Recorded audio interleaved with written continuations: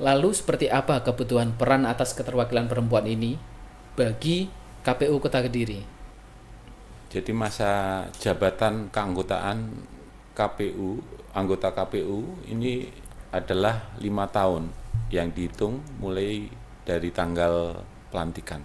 Dalam melaksanakan tugas, wewenang maupun kewajibannya sebagai anggota KPU di tingkat kabupaten kota, adakah pembagian tugas bagi masing-masing anggotanya?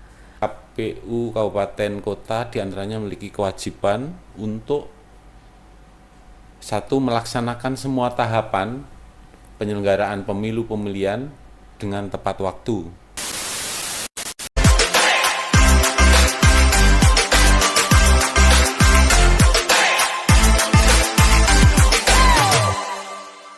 Assalamualaikum warahmatullahi wabarakatuh.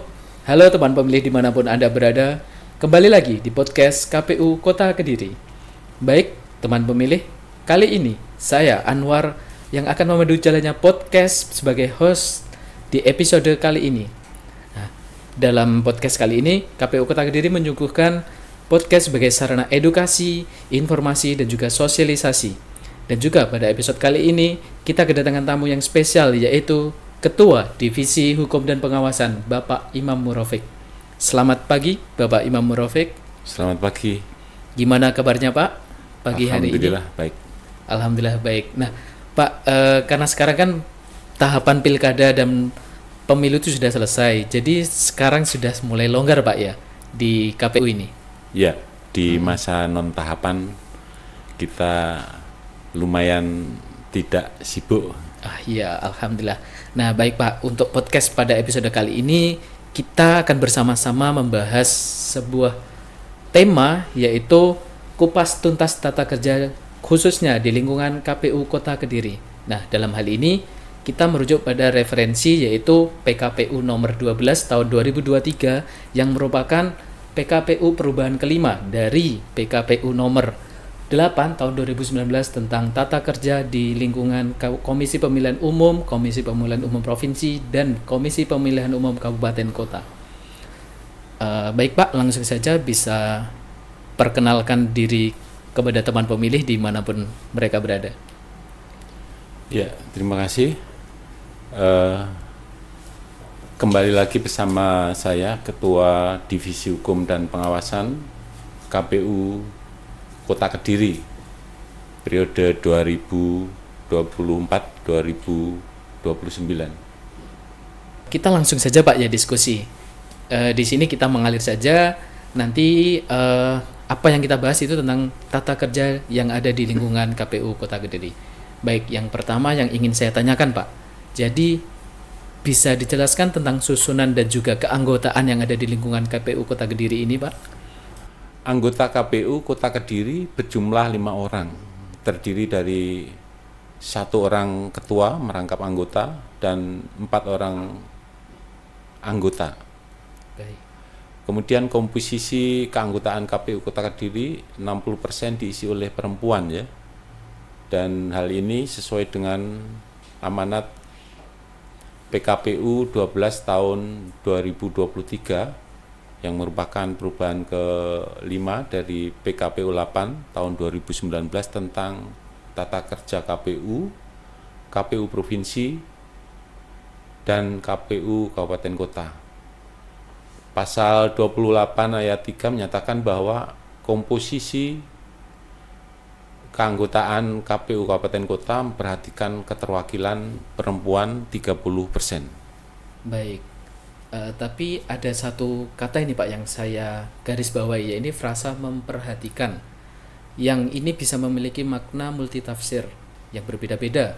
Nah, karena menurut saya ini kurang tegas kalimatnya, yang mana berarti dari kalimat tersebut artinya di KPU Kabupaten Kota itu boleh ada atau boleh juga tidak ada adanya keterwakilan perempuan. Nah, dalam hal ini juga tidak ada regulasi yang tegas yang mengatur adanya sanksi atau tidak apabila nanti salah satu kabupaten kota di suatu daerah itu tidak ada keterwakilan perempuan. Namun, kita patut bersyukur karena di KPU Kota Kediri ini, alhamdulillah komposisi keterwakilan perempuan ada dan jumlahnya adalah 60%. Nah, yang ingin saya tanyakan Pak, Lalu seperti apa kebutuhan peran atas keterwakilan perempuan ini bagi KPU Kota Kediri? Ya, keterwakilan perempuan yang cukup di keanggotaan KPU Kota Kediri ini diharapkan dapat memberikan perspektif yang positif bagi masyarakat pemilih mengenai proses pemilihan, khususnya di Kota Kediri. Nah, perempuan yang menduduki posisi sebagai penyelenggara pemilu berpotensi dapat merangkul kelompok-kelompok marginal karena secara psikis dan pengalaman kelompok perempuan memiliki kedekatan dengan kelompok marginal tersebut. Baik, berarti kelompok marginal ini seperti anak jalanan, kaum minoritas, bahkan perempuan sendiri pun itu juga termasuk dalam kelompok marginal karena mereka seringkali mendapatkan isu tentang diskriminasi maupun juga isu tentang kesetaraan gender. Seperti itu, Pak, ya? Ya. Baik, baik. Kemudian ini, Pak, yang ingin saya tanyakan terkait masa jabatan di KPU. Nah, itu berapa lama, Pak, masa jabatan di KPU itu berlangsung? Kemudian adakah ketentuan khusus lainnya terkait dengan masa jabatan tersebut? Ya. Jadi masa jabatan keanggotaan KPU, anggota KPU ini adalah 5 tahun yang dihitung mulai dari tanggal pelantikan. Kemudian ada juga ketentuan khusus terkait masa jabatan ini yang mana keanggotaan KPU anggota KPU yang telah habis masa jabatannya sesudahnya dapat dipilih kembali dengan catatan hanya untuk 1 kali masa jabatan. Artinya dalam 1 tingkat dapat maksimal menjabat 2 periode. 2 periode, baik. Berarti kalau setelah 2 periode itu habis, kita nggak bisa lagi menyalonkan diri di tingkatan yang sama gitu, Pak. Artinya kita tetap bisa, hanya saja di tingkatan yang lebih tinggi seperti itu. Baik. Kemudian kita beralih kepada tugas, wewenang dan juga kewajiban KPU di tingkat kabupaten kota. Nah, untuk yang pertama bisa dijelaskan, Pak, apa saja yang menjadi tugas-tugas pokok dari anggota KPU di tingkatan kabupaten kota, khususnya di KPU Kota Kediri? Ya. Dalam penyelenggaraan pemilu atau pemilihan KPU di tingkat kabupaten kota diantaranya bertugas untuk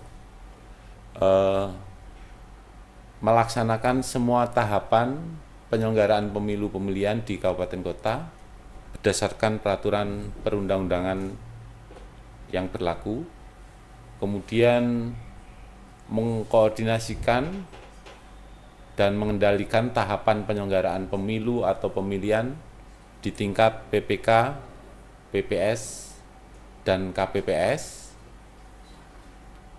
Kemudian juga menindaklanjuti dengan segera temuan dan laporan dari Bawaslu Kabupaten Kota, serta mensosialisasikan tahapan penyelenggaraan pemilu atau pemilihan kepada masyarakat secara terbuka. Baik. Kalau untuk pemilihan dan pemilu dan pemilihannya sendiri untuk tahun ini kan tidak ada, Pak. Nah, itu ada lagi nanti tahun berapa, Pak? Dan untuk kesiapan menuju ke sana itu biasanya dimulai sejak berapa tahun sebelumnya? Masa 6 tahapan sebelum pemilihan berikutnya adalah masa persiapan untuk pemilihan berikutnya tersebut. Oh, jadi nanti akan ada pemilu tahun berapa ya? 2029. Iya, setelah ini. Berarti nanti tahun 2027, 2028 itu kita sudah mulai memasuki masa persiapan menjelang hari H pemilihan di tahun 2029 seperti itu, Pak, ya? Iya. Baik.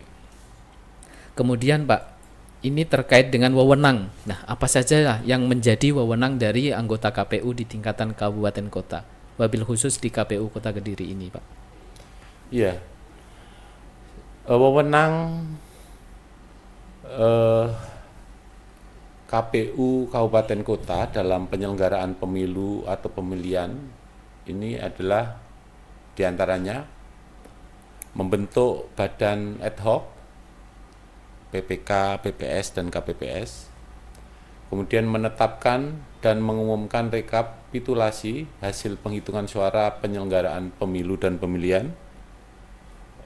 Kemudian menetapkan keputusan KPU Kabupaten Kota untuk mengesahkan hasil penyelenggaraan pemilu atau pemilihan dan mengumumkannya.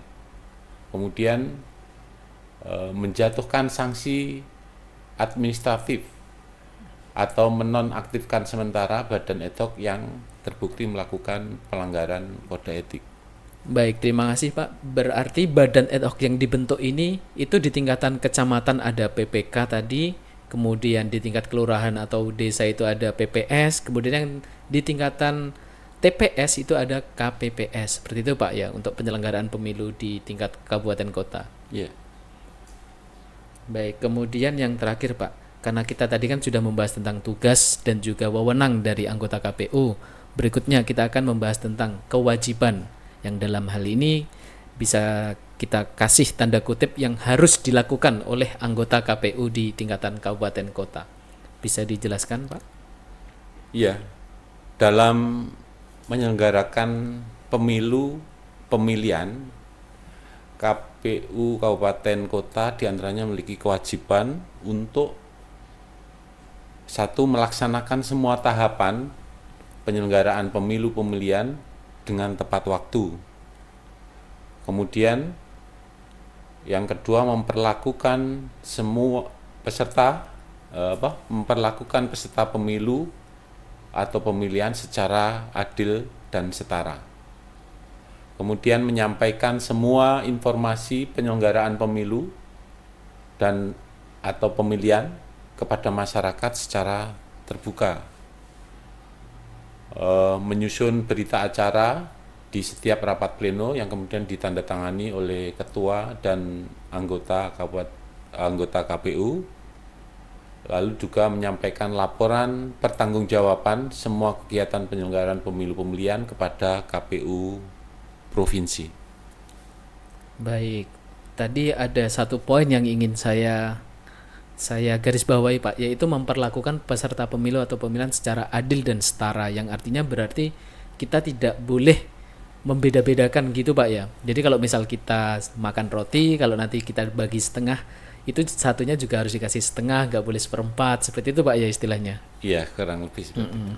Nah, baik Pak. Sekarang dalam melaksanakan tugas, wewenang maupun kewajibannya sebagai anggota KPU di tingkat kabupaten kota, adakah pembagian tugas bagi masing-masing anggotanya?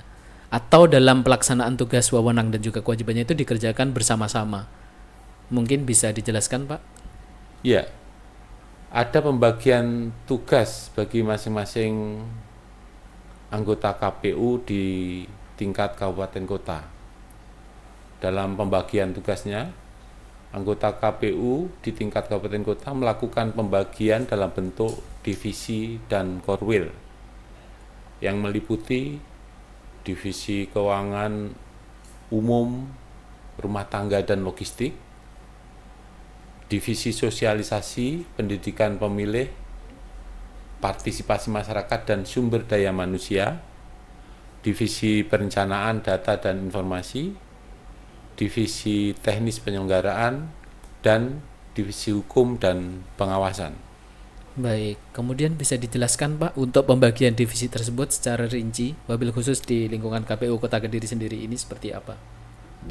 Di lingkungan KPU Kota Kediri telah dilakukan pembagian tugas sebagaimana yang tertuang dalam keputusan KPU Kota Kediri nomor 290 tahun 2024 tentang pembagian divisi, uraian tugas, dan koordinator wilayah anggota Komisi Pemilihan Umum Kota Kediri periode 2024-2029, di mana Ketua KPU Kota Kediri Bapak Reza Christian menjadi Ketua Divisi Keuangan Umum, Rumah Tangga dan Logistik. Kemudian Ibu Rohayatul Jannah, anggota KPU Kota Kediri menjadi Ketua Divisi Sosialisasi, Pendidikan Pemilih, Partisipasi Masyarakat dan Sumber Daya Manusia. Kemudian Ibu Niasari, anggota KPU Kota Kediri menjadi Ketua Divisi Perencanaan data dan informasi. Ibu Adib Zaimatu Sofi, anggota KPU Kota Kediri, menjadi Ketua Divisi Teknis Penyelenggaraan, lalu saya, anggota KPU Kota Kediri, menjadi Ketua Divisi Hukum dan Pengawasan. Baik, terima kasih Bapak atas penjelasannya. Kemudian kalau tadi kan kita sudah membahas tentang pembagian divisi. Nah, berikutnya kalau untuk pembagian Korwil atau koordinator wilayah itu seperti apa Pak di KPU Kota Kediri sendiri ini?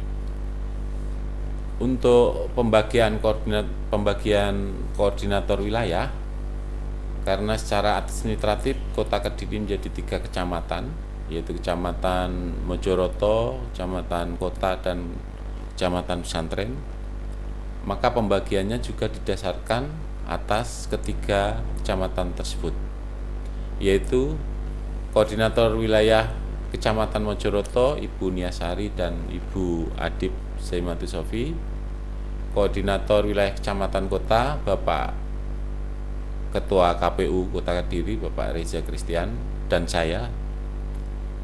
Kemudian koordinator wilayah Kecamatan Pesantren Ibu Royahatul Jannah dan Bapak Sekretaris KPU Kota Kediri Bapak Fani Jayanto. Baik, terima kasih Bapak atas penjelasannya. Artinya pembagian tersebut memang berdasarkan atas kesepakatan bersama antara ketua dan juga anggota KPU Kota Kediri dalam rapat pleno yang tertuang dalam berita acara, yang kemudian akan menghasilkan output berupa keputusan KPU Kota Kediri. Benar seperti itu Pak ya? Iya. Sebagai informasi, setiap anggota KPU Kabupaten Kota menjadi ketua pada satu divisi, sekaligus dapat menjadi wakil ketua pada satu divisi yang lainnya. Misalnya, saya Ketua Divisi Hukum dan Pengawasan adalah sekaligus wakil dari Divisi Perencanaan dan Data dan Informasi. Pembagian tugas ini dilakukan secara proporsional, gitu ya. Pembagian divisi untuk setiap anggota KPU Kabupaten Kota ini ditetapkan dengan keputusan KPU Kabupaten Kota yang telah disepakati bersama dalam rapat pleno. Namun demikian, pembagian divisi tersebut dapat diubah sesuai dengan kebutuhan apabila ada perubahan. Tentunya harus ditetapkan dengan keputusan dengan keputusan KPU Kabupaten Kota yang baru. Begitu ya. Baik, terima kasih Bapak Imam Murofik atas jawabannya. Saya kira diskusi pada episode kali ini sudah sangat jelas, dan ini coba saya rangkum dari hasil pembahasan kita bersama. Jadi di KPU Kota Kediri sendiri ada 5 anggota, yang salah satunya itu merangkap sebagai ketua dan juga anggota, kemudian yang 4 lainnya adalah sebagai anggota KPU Kota Kediri. Kemudian untuk komposisi keanggotaan di KPU Kota Kediri itu sudah memenuhi keterwakilan perempuan, bahkan sudah melebihi, ya, ini sebanyak 60% keterwakilan perempuan. Nah, dalam hal ini diharapkan mampu memberikan perspektif yang lebih beragam dalam proses pemilu maupun pemilihan. Kemudian untuk berikutnya itu KPU di tingkat kabupaten kota itu memiliki tugas, wewenang dan juga kewajiban. Seperti salah satunya adalah menyelenggarakan seluruh tahapan yang ada di tingkat KPU kabupaten maupun kota. Kemudian memberikan sosialisasi tahapan kepada masyarakat, khususnya di Kota Kediri, dan juga mempertanggungjawabkan seluruh kegiatan yang telah dilaksanakan. Lebih rinci bisa dilihat dalam PKPU 12 tahun 2023 pasal 30 tentang tata kerja di Komisi Pemilihan Umum, Komisi Pemilihan Umum Provinsi, dan Komisi Pemilihan Umum Kabupaten Kota. Mungkin Bapak Imam mau memberikan closing statement kepada teman pemilih? Ya, jadi tata kerja KPU Kota Kediri ini didasarkan pada PKPU nomor 12 tahun 2023 yang merupakan perubahan kelima dari PKPU 8 tahun 2019 dan tidak bertentangan dengan Undang-Undang Pemilu, yaitu Undang-Undang nomor 7 tahun 2017. menurut pasal 9 ayat 1 Undang-Undang Nomor 7 Tahun 2017 tentang Pemilu, bahwa KPU, KPU Provinsi, dan KPU Kabupaten Kota memiliki hubungan yang hierarkis, termasuk untuk daerah khusus atau istimewa. Ketentuan ini juga berlaku untuk Sekretariat Jenderal KPU, Sekretariat KPU Provinsi, Sekretariat KPU Kabupaten Kota sebagaimana diatur pada pasal 56 ayat 1 undang-undang yang sama.